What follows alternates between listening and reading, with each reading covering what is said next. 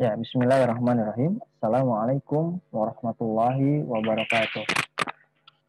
Alhamdulillah, alladzi bi ni'matihi tatimmus shalihat. Asyhadu an la ilaha illallah wahdahu la syarikalah wa asyhadu anna Muhammadan abduhu wa rasuluhu la nabiyya ba'dah.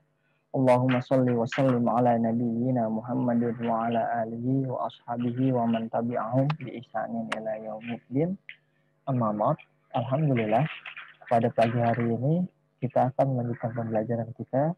Terakhir kemarin kita membahas di subtema 3, karena sudah habis maka kita akan menuju ke subtema 4, kewajiban dan hakku sebagai warga negara. Nah, kalau misalnya sebelumnya kita sudah mempelajari tentang hak dan kewajiban di sekolah, di rumah, di lingkungan masyarakat, maka ini kita akan mencangkup lebih luas lagi, yaitu sebagai warga negara.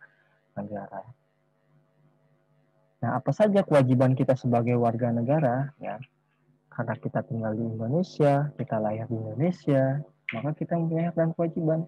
Pertama, kewajibannya itu adalah harus menjadi warga negara yang baik.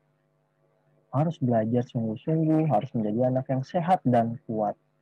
Kenapa? Ya, menjadi warga negara yang baik, kita harus mentaati peraturan yang sudah diberikan oleh pemerintah. Karena di dalam hadis pun, ya, dalam Al-Quran kalau nggak salah, ati Allah wa ati Rasul wa ulil amri minkum, ya, taatilah, hadis ya kalau nggak salah itu apa. Nah, lupa. Taatilah Allah dan taatilah Rasul, dan juga taati ulil amri. Ulil amri itu apa? Pemimpin kita. Kalau misalnya di negara Indonesia ini, maka kita harus menaati pemimpin kita. Siapa itu? Presiden Pak Jokowi Dodo, dan jajaran-jajarannya, wakilnya. Kalau misalnya dalam bawahannya itu ada RT, ada RW, kelurahan, camat, ya, kita peraturan-peraturan yang sudah ditulis atau diberikan oleh pemerintah itu harus kita taati. Dan peraturan ini sebenarnya juga adalah untuk kebaikan diri kita sendiri, ya. Walaupun memang ada beberapa peraturan yang merugikan kita, tapi karena ini perintah Allah dan Rasulnya, maka kita harus taat selagi itu bukan menjerumuskan kita ke dalam maksiat. Nah, bagaimana menjadi warga negara baik? Yaitu dengan cara menjaga fasilitas-fasilitas umum yang ada, sekolah, halte, terminal, stasiun, bandara, dan lain sebagainya, kendaraan umum. Kita harus menjaganya itu dengan tidak mencoret-coret atau merusaknya. Ya. Nah, lalu kewajiban yang kedua itu apa? Yaitu harus belajar dengan sungguh-sungguh. Kenapa sih kita harus belajar dengan sungguh-sungguh? Karena dengan belajar sungguh-sungguh kita akan dapatkan ilmu yang sebelumnya kita tidak tahu menjadi tahu. Karena ilmu ini sangatlah luas, ya. Ilmu Allah itu sangat banyak. Jadi walaupun kita nanti sudah lulus dari sekolah, maka kita harus terus belajar, terutama dalam menuntut ilmu agama. Bapak sama, Bapak juga masih belajar, entah itu belajar dalam mengajar kalian, belajar materi-materi yang akan disampaikan kepada kalian, ya, dan juga pelajaran-pelajaran agama yang sesuai dengan manhaj salaf, ya, terutama seperti itu. Maka dengan adanya ilmu yang kita miliki, maka kita akan bisa membangun negeri ini. Dan yang ketiga adalah aku harus menjadi anak yang sehat dan kuat. Kenapa harus sehat dan kuat? Ya, karena sehat itu sebenarnya adalah gratis, dan ketika kita sakit, nah itu akan menjadi mahal sekali. Ya. Maka kita rawat kesehatan kita, ya. Bahkan kalau misalnya kita diberikan sakit, nah qadarullah, ya. Karena sakit ini pun juga merupakan penghapus dosa. Kalau dalam hadis itu adalah sakit, ya, yang ditimbulkan oleh tertusuk duri pun itu adalah merupakan penghapus dosa. Kurang lebih seperti itu, ya. Tapi kalau perkataan yang pasnya Bapak kurang hafal, kurang lebih bisa diartikan sama seperti itu, ya. Duri yang menyakiti diri kita itu pun sebagai penghapus dosa.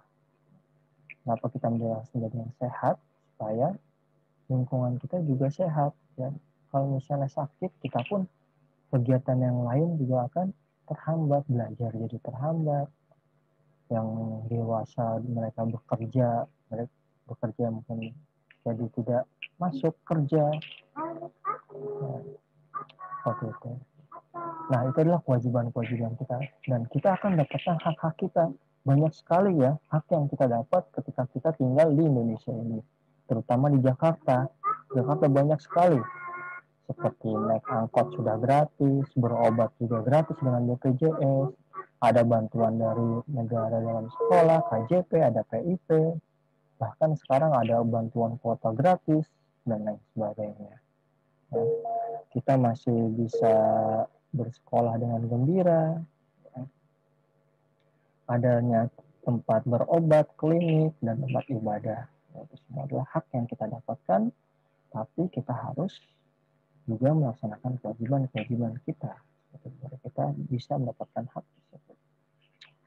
Nah, lihat di sini ada teks ya, ada teks lingkungan hijau. Ada dua anak ya, ada Dayu ke sekolah berjalan kaki. Jalan di dekat rumah, Dayu dipenuhi pohon rindang. Udaranya terasa sejuk dan segar. Jalan di depan sekolah, Dayu gersang. Ya. Kalau di dekat rumahnya Dayu, banyak pohon. Tapi ketika di depan sekolah Dayu, itu sangat gersang sekali. Tidak ada pohon besar. Ya. Tidak ada pohon besar yang hijau, semuanya kering. Di siang hari pun udara terasa panas. Dayu menutupi kepalanya dengan buku saat pulang. Dayu ingin jalan dekat sekolahnya sejuk. Dayu berdiskusi dengan teman-temannya. Mereka sepakat menanam pohon di sekitar sekolah mereka. Ya, di sekitar sekolah. Mereka akan mengajak orang tua bekerja sama. Ibu guru pun mendukung keputusan anak-anak. Nah, dari cerita tersebut ya bisa kita lihat perbedaannya.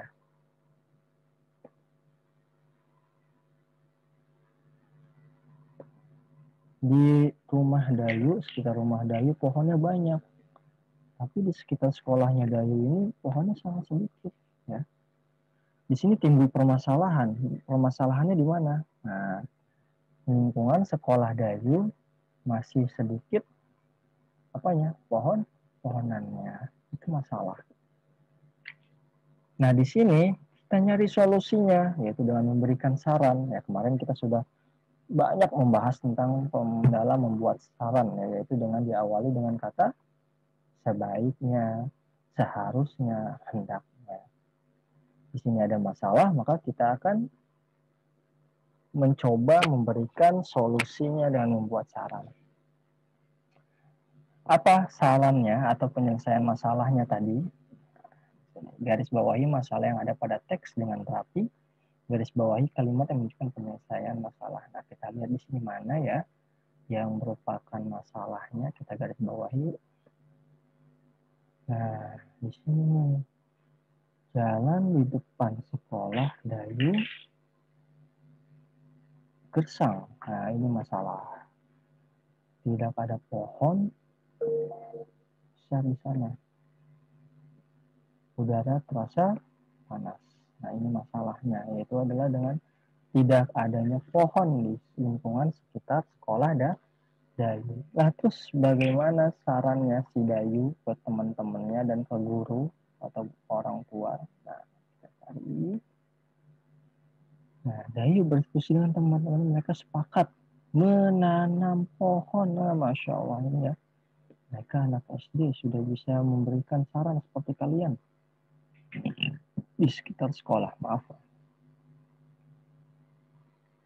Mereka sepakat menanam pohon di sekitar sekolah. Kalau misalnya hanya mereka saja, mereka tidak akan sanggup. Makanya mereka mengajak orang tua untuk bekerja sama dan dikonsultasikan ke guru. Dan guru itu pun setuju.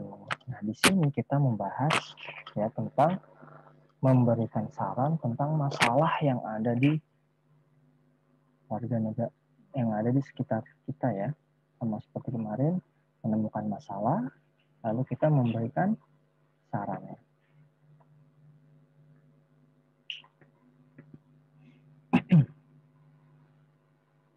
Nah, sekarang tugasnya yang ini ya. Tugasnya yang ini, jadi perhatikan. Jadi tugas Bapak berikan dari sini, nggak dari buku, karena Bapak ngajar dari rumah, karena qadarullah sedang diberikan nikmat sakit oleh Allah Subhanahu wa Ta'ala sebagai pengguru dosa, insya Allah, dan buku Bapak ketinggalan di sekolah. Nah, tugasnya ini, ayo menulis, menjawab ya, apakah kita berhak mendapatkan lingkungan sejuk, ya atau tidak? Pastinya berhak ya.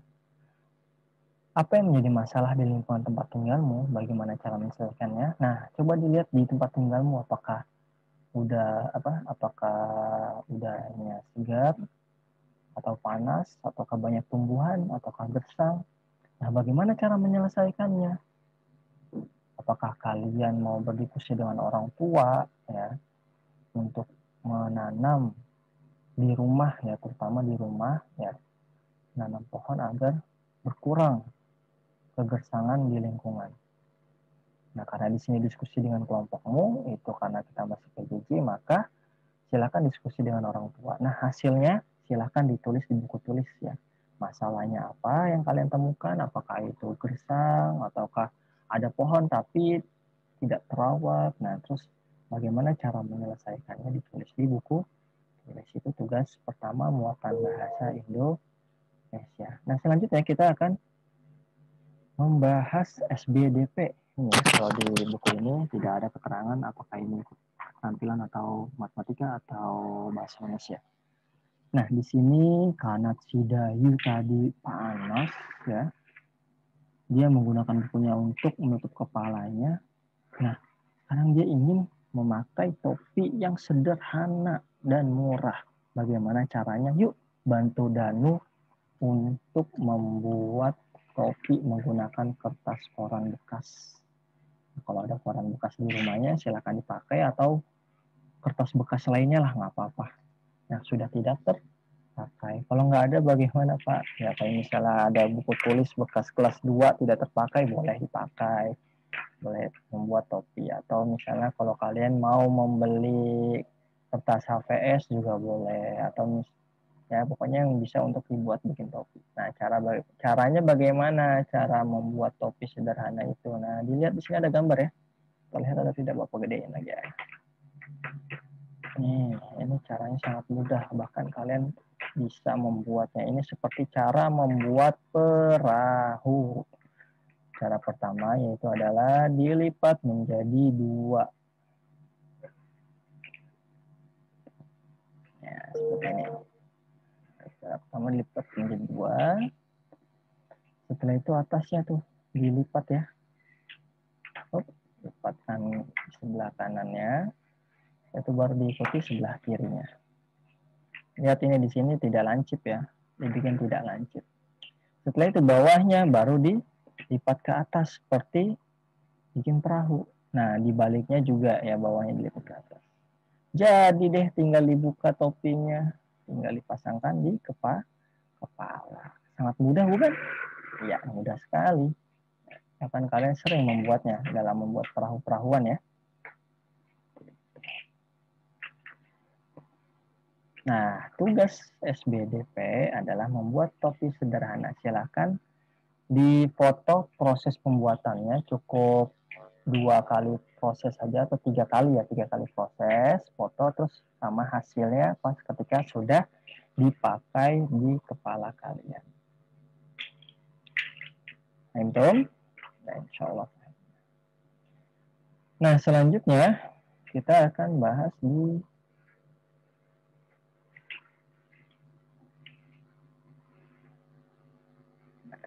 sini sudah.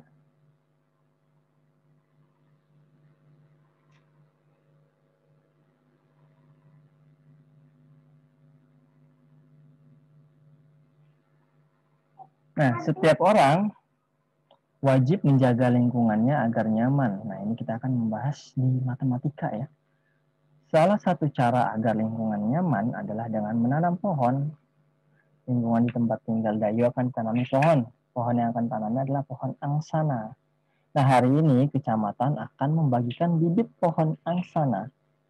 Kecamatan akan membagikannya ke seluruh kelurahan. Di kecamatan tempat tinggal Dayu ada 10 kelurahan. Wah, banyak sekali ya. Nah, ini diketahui 10 kelurahan. Ada 10 kelurahan diketahui sini ya. Nah, cobalah hitung berapa banyak bibit pohon angsana yang ada di kecamatan. Hitung juga berapa banyak bibit pohon angsana yang diterima oleh satu kelurahan. Nah, ini tadi kelurahannya ada 10 ya. Nah, sekarang kita akan memperkirakan kira-kira bibit yang dapat berapa sih? Nah, jatah untuk satu kelurahan itu berapa? Cara pertama adalah,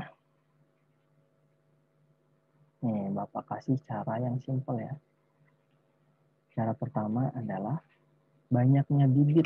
Bagaimana cara mencari banyaknya bibit? Itu adalah dengan cara mengalihkan banyaknya kelurahan dengan bilangan terserah kita. Terserah Pak, ya, karena ini kan hanya perkiraan.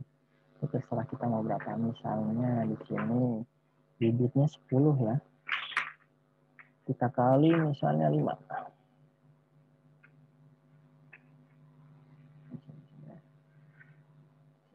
Misalnya di sini bibitnya 10. Lalu kita kali misalnya 5. Ya, berarti banyak bibit adalah 50 bibit. Ini untuk banyaknya bibit. Jadi untuk menentukan banyaknya bibit yaitu pertama itu adalah dengan mengkalikan banyaknya kelurahan atau mengalihkan bilangan yang sudah diketahui, yang sudah disebutkan oleh soal. Misalnya 10 kita kalikan 5 atau kali 6, 7, 9, 10. Serah. Hasilnya berapa? 50 bibit. Nah, berapa hasilnya jatah untuk satu kelurahan? Kalau misalnya ada kelurahannya ada 10 dan ternyata bibitnya ada 50. Bagaimana caranya? Yaitu caranya banyak bibit dibagi banyak kelurahan. Nah, ini dia. Banyak bibit dibagi banyak kelurahan. Dengan banyak bibitnya berapa tadi? Ya, betul. Ada 50 bibit. Dibagi, kelurahannya ada berapa? Ada 10 kelurahan. Sama dengan berapa? 50 dibagi 10. Atau 10 kali berapa sih supaya hasilnya 50? Ya, betul. Ada 5. Ada 5 ya. Berarti setiap kelurahan mendapatkan 5 bibit per kelurahan. Gitu ya. Jadi mendapatkannya adalah 5 bibit per kelurahan. Di sini bisa dipahami, Pak Emtum?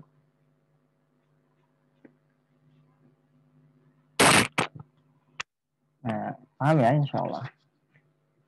Jadi yang pertama itu adalah mengalihkan angka, terserah angka berapa saja dengan bilangan yang sudah diketahui. Selanjutnya untuk mencari selanjutnya itu adalah bilangan yang sudah diketahui dari awal dibagi bilangan yang kita cari tadi. Seperti itu. Paham tuh? Paham insya Allah.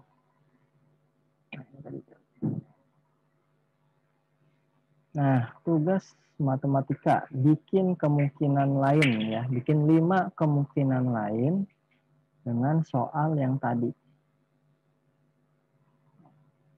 Nih, kelurahannya ada 10, banyak bibitnya berapa, jatah untuk satu kelurahannya berapa. Bikin 5 kemungkinan seperti yang Bapak contohkan seperti tadi. Udah paham tuh? Paham ya insya Allah. Kita cukupkan sampai sini. Jika emang masih ada yang belum paham, boleh silahkan komentar di video tersebut. Jangan lupa di subscribe untuk mendapatkan tugas-tugas atau materi pelajaran selanjutnya. Dan jangan lupa di klik simbol lonceng untuk memberitahukan kalian bahwasanya Bapak sudah memberikan materi yang baik. Ya, terima kasih. Semoga apa yang kita pelajari pada pagi hari ini diberkahi oleh Allah Subhanahu wa taala dan mendatangkan kepada kita manfaat ya pada diri kita dan bagi orang lain dan bagi orang banyak khususnya kepada warga negara Indonesia itu sendiri. Jazakumullahu khairan. Barakallahu fikum. Assalamualaikum warahmatullahi wabarakatuh.